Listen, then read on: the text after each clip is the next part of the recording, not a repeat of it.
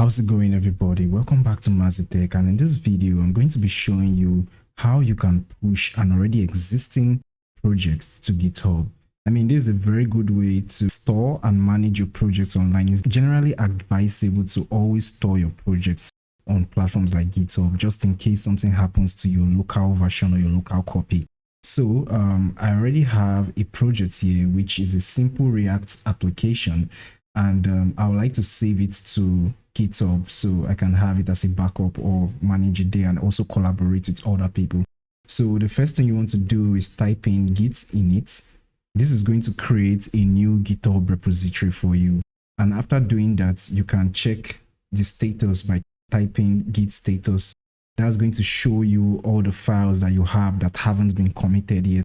So what I'm going to do is I'm just going to say git add, which is going to, and with a dot, this is going to add all the files that you have in your project to the staging area. One thing you need to do is make sure that in your git ignore, you have, this is because this is a React project, make sure that you have folders like node models excluded, because you don't want those kind of files to be on your GitHub repository. So after adding it, now if you type in git status again, you would see all the files that you've actually added to the staging area. So the next thing you need to do now is to commit those changes. So you type in git commit and you type in the message. In this case, I'm just going to call it initial commit, and then I press enter. What this is going, oh sorry, I made a mistake. I'm sure you saw that. So just make sure you type in $M. So what this is going to do is it's going to commit all your files that have been added to the staging area. Now we are good to go. So what we need to do now is head over to GitHub and we are going to create a new repository. So just click on this button here and click on new repository. Now you're going to name it what you want. In this case, I'm going to name it simple React project. Now you can decide to type in the description. It's optional, but in this case, I'll just leave it.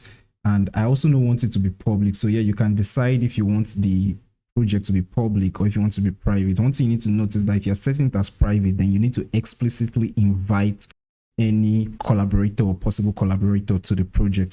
But if it's public, anyone can clone it, make a version of your project, and can also create a pull request to your project.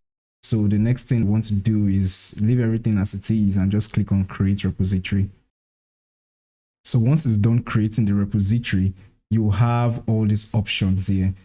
If it's a new repository, you don't need to do anything different. But since we already have an existing repository that we want to actually push here, what we are going to do is we're going to copy everything in this second option.